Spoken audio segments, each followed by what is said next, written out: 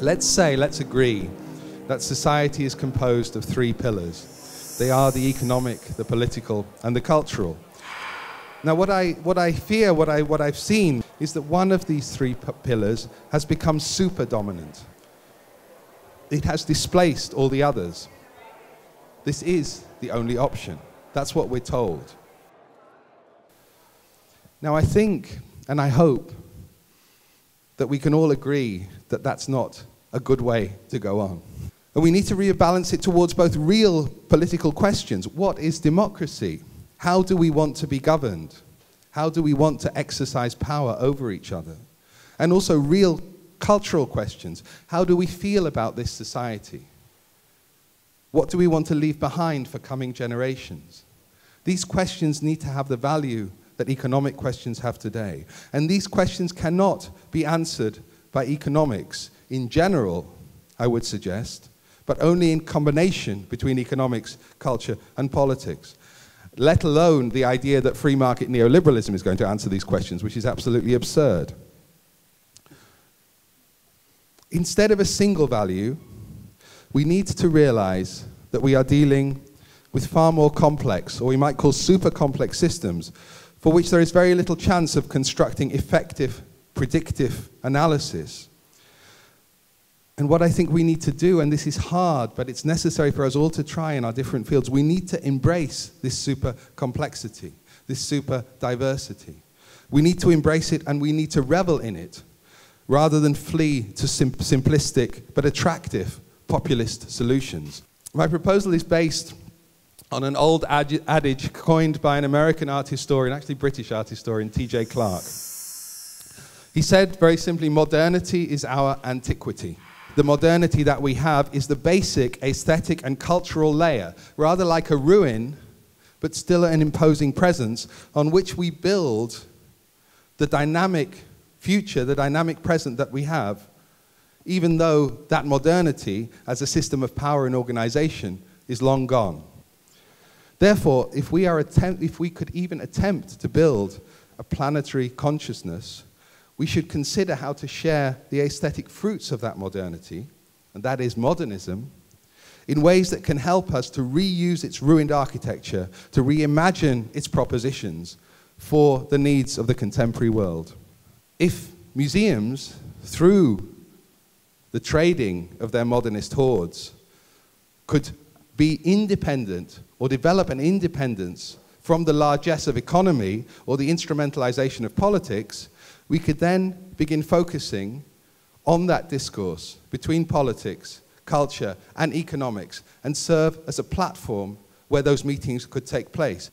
This, I believe, could be the purpose for European cultural institutions, one that would be joyful as well as important, and will offer the possibility to renew our old Europe and its value system, and to allow us to take part in the emerging one world. Thank you very much. Thank you. Let's say there's somebody who really opposes your ideas. And I remember a guy who became an American president by saying, it's the economy, stupid. Is that all nonsense? No, of course it's not nonsense, but I think it's a limited view. I mean, nothing is nonsense in a way, yeah? Not even Wilders is nonsense. The problem with Wilders is not what he says, but what he doesn't say, what he doesn't take on board, what he doesn't understand, what he refuses to understand.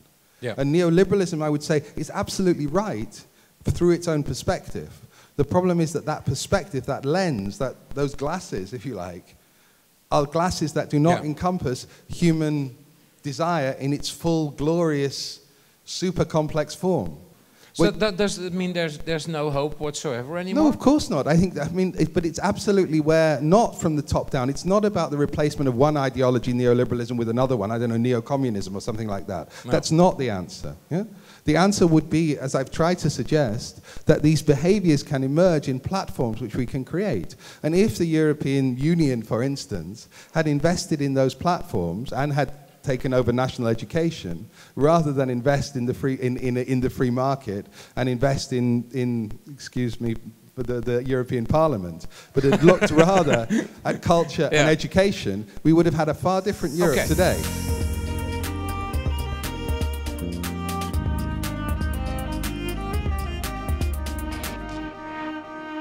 I want to talk about economics as a form of art. The problem is that rather few economists recognize that economics is an art rather than a deductive science. Like the artist, the economist selects his or her subject matter, starting, like the artist, from a perception of what the main shape of the subject may be. He or she selects materials and tools. It's always possible, logically, a slightly different selection may be just as appropriate, but lead to very different outcomes. But the analogy with art breaks down when we look at the consequences of poorly understood or poorly practiced economics. Failure to appreciate the nature of economics can lead to grave impoverishment of people, states, and the planet itself. So we can seek a general process, but not a general theory. It's here that the audience, the public, starts to have a crucial role. Like artists, economists need a public to debate their art. As with art, there are different types of public. We need a thoroughgoing overhaul of economics education at all levels. No one should be allowed to graduate in economics without some elementary understanding of philosophy, without some understanding of the operation of economic institutions, and without a thorough understanding of social science research methods. People need to understand that there are always alternatives to the prevailing orthodoxy, and to start to learn how to appraise them. But on the credit side, we're seeing an immense groundswell of intelligent protest. People are trying to make a responsible input into the way in which they are governed. We need to provide the mechanisms which allow them to do so. Thank you very much.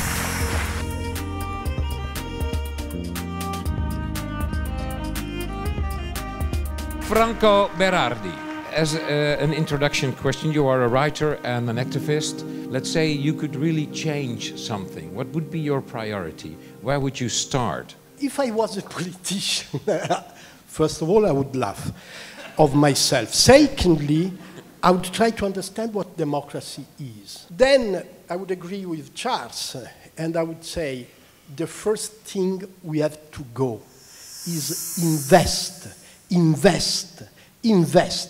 on culture, on imagination, on education, exactly the contrary they are doing. So I want to investigate about democracy. I'm a fan of so many other things, but I also think that all those many other things mean nothing if we don't start from understanding democracy. So I try to understand what the conditions of democracy are. And I would say two conditions are basic for democracy. One, in my opinion, is the possibility of free formation of the human will. Second condition for democracy is the possibility of deciding about your destiny. The possibility of deciding, I want to do this, not that. I want to do that, not this. When something is imposed, democracy is dead. You know, when Papandreou has been obliged to leave his place as the president, as the democratically elected president of the Greek Republic, I thought that democracy has been cancelled, abolished, destroyed, murdered in the very place where it has been first conceived 25 centuries ago.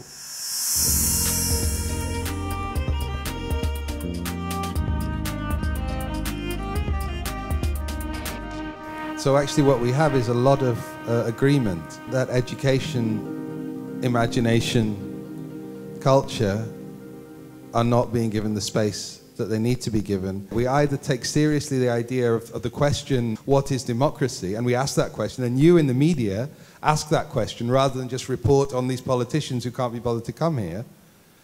Or we have fascism. But do we have the time for that? Because if you invest, you have to wait 20, 30, 40 years before things really become fruitful.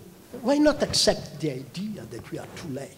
Michael. That the European entity is too late to understand, to change way.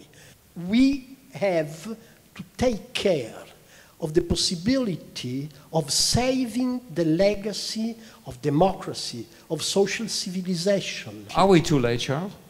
I think we have to say no, and I'm not sure I believe myself. I mean, I do think it comes down to the media. Nobody reads the culture pages in the NRC or the Volkskrant. Nobody takes them seriously. Nobody addresses the questions in those culture pages that would be relevant for people to read who were reading the opinion and the politics pages. That's the problem. It works both ways. How can you three help me and my colleagues to make better newspapers? I think that we have to withdraw from the world which is submitted to the financial dictatorship and reinvent the world from outside. You know, I've always been working in small newspapers, small radios, small television.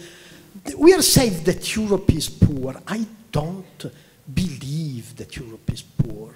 Europe is very, very rich. It's rich because you say, oh, education needs 25 years. No, it's not true. We are educated people. What an old guy more than 100 years ago called the general intellect.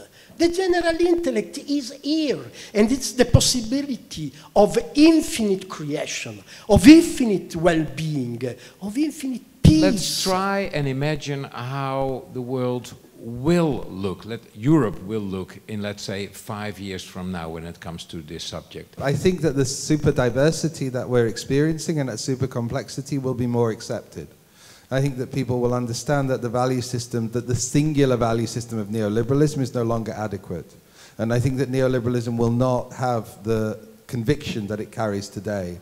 That will produce incredible fear amongst the super rich, who will retreat into bunkers, into castles, and rarely emerge out. Okay. It will also produce an energy, it will release an energy amongst the non-super rich, which I think will form the basis of the next turn. And we'll see the possibilities, as exhibited in Occupy, of something else, more coherently emerging now than it is now. Franco, what's your estimation? I expect everything from the social movement. What does it mean, social movement? It means solidarity. And you know what is solidarity? It's not a moral value. It's not a political value. It's the pleasure of being together. The media and the economy and the idea of competition and competition and competition are destroying the pleasure of being together, cheek to cheek. It totally depends on the pleasure of being in the same place, talking, imagining, creating, producing. Making love, in effect. Making love, if you want. Yeah. Ladies and gentlemen, Charles Esche, Judith Marquand, Franco Berari.